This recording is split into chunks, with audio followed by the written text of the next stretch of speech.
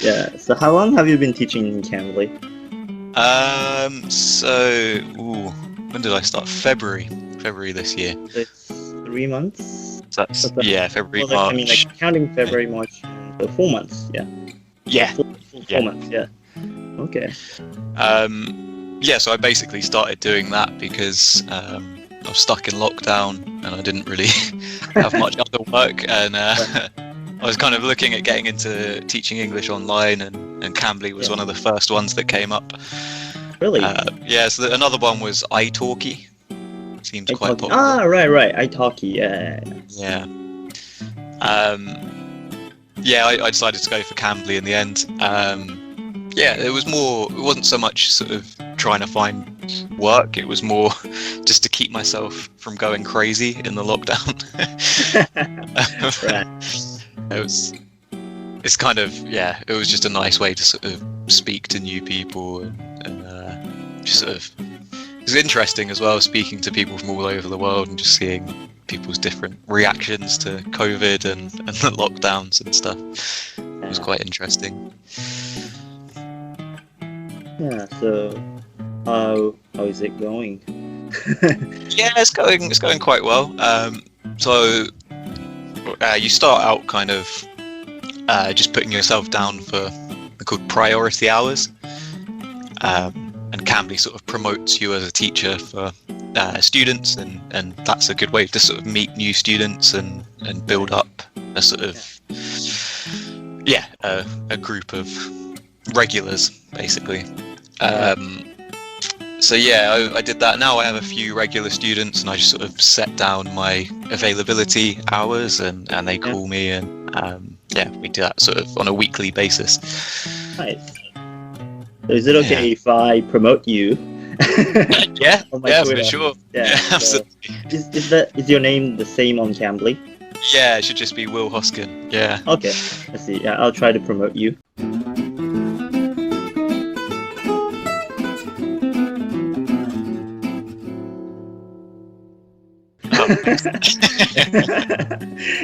You might be really, really busy. Yeah. I haven't actually been using it too much recently. I only have about 3 regular students at the moment, because I've had a lot of landscaping work on. So right. It's quite hard. Now that the weather's finally getting good in England, I've you live near London. Yeah. So Kent, I'm about a 1.5 hour train journey from London. But yeah, the weather's been terrible all spring. It's been raining. Yeah, typical Britain weather. Yeah. But last week, this weekend, we had a bank holiday weekend. So we had 3 days off, and the weather just suddenly got beautiful. Suddenly, it went from like winter weather to summer weather with no day in between. So yeah, everyone's gone off and gone on trips, gone to the beach for the weekend. So now I guess I should probably work though. That's a good thing with Cambly, is you can be fairly flexible with things, I think. Yeah. You can just open up your opening hour, and you can teach whenever you want. And then the students can choose whenever they want to set on my availability. When I'm available, they can choose an hour within that time. It works well. It's very good for if you want to be sort of self-employed and make a little bit of extra money. But of course, I think the main thing is it's actually just nice to speak to people. Yeah. Especially like you have experience teaching in Japan, and a lot of students there are Japanese, right? I would say about maybe 1/3 of the students I've taught in Japanese, maybe another 1/3 from Saudi Arabia normally, and the other 1/3 maybe just everywhere else. Random people. I'd sort of Peruvian, Brazilian. It's interesting. But also you have to think about the time differences as well. So if I set my availability hours at a certain time, then I will be more likely to have Japanese students, because people have been just finished work and have time to go on Cambly.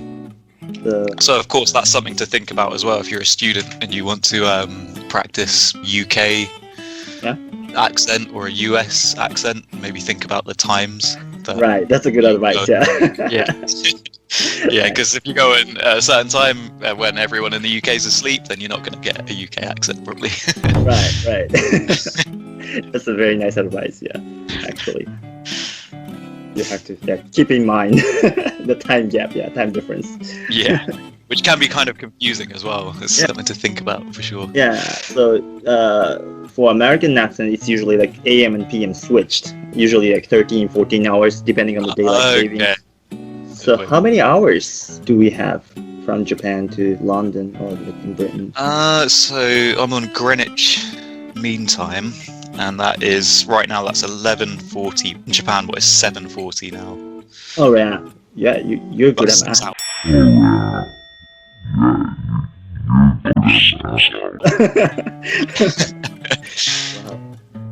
Yeah, 6 hours difference. So it's probably about halfway between America and Japan. 6 hours? 8 hours. Oh yeah, I mean like 6 hours. No. Oh yeah, of course. Jesus. The time goes up to not 10, 12. Right. That was a brain fart there. Yeah. I thought you were good at math, but you're basically not. I was going to say it's early in the morning, but you know it's not. It's 11, so So you have to add 7 to 1 more hour.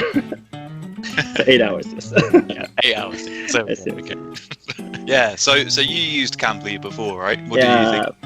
Only 2 months though, and I didn't make an appointment for anyone almost. So I just like randomly started talking. So there were a lot of new teachers who got bored during their available hours.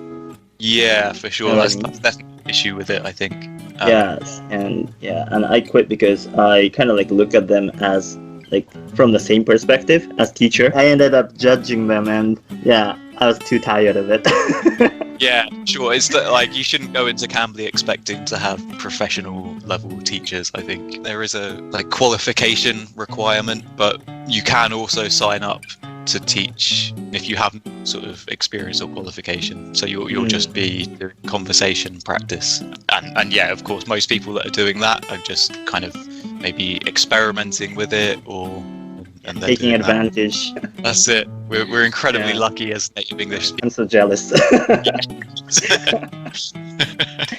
Well, I mean, you have native level English, so you have the added benefit of also speaking Japanese. So if you say so, I'll be really happy. Oh, I think so. I don't know. I knew you for a year, so I never had any problems with communicating. Thank you. Yeah, I'll definitely use this one. That could be the headline. Call me native level, so I'll just use it.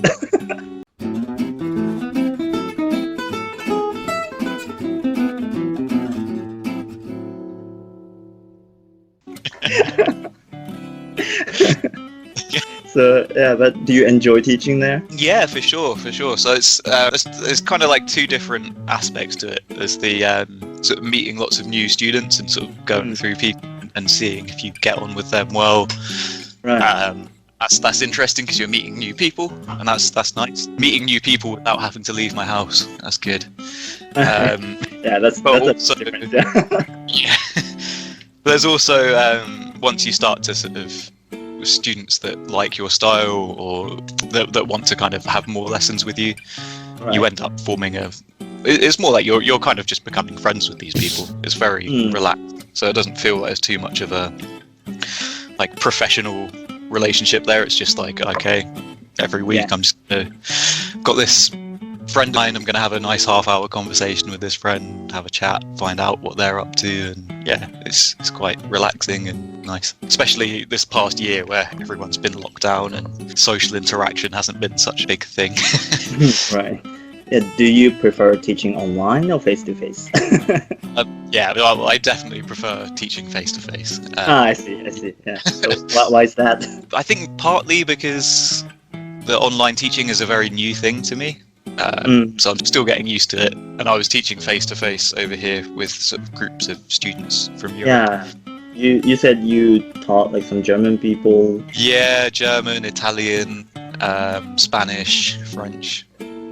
A few groups from China and a bit further away, but mostly from Europe. Yeah, but China, do they live in Europe or? They came over on like a school trip. So they all came over together from their schools in China and stay in England for, I think it was 2 weeks, 2 or 3 weeks. I see. And they take lessons? Yeah, so we would do lessons in the morning, obviously face to face. But of course, the great thing about that was that you had all these different nationalities, and we could put them all in the class together. And like German people, Italian people, and everyone. Yeah. So okay. it forces them to speak English. Like I would set up the seating plan so that there's not a Chinese speaker sitting next to a Chinese speaker or an Italian speaker sitting next to an Italian speaker. So if you want to speak to the person sitting next to you, you have to speak English. That's a good environment, actually. Yeah, exactly.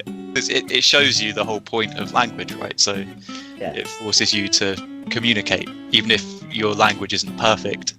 We use the English as your common ground there, so you'll use that and you'll find a way to get your point across.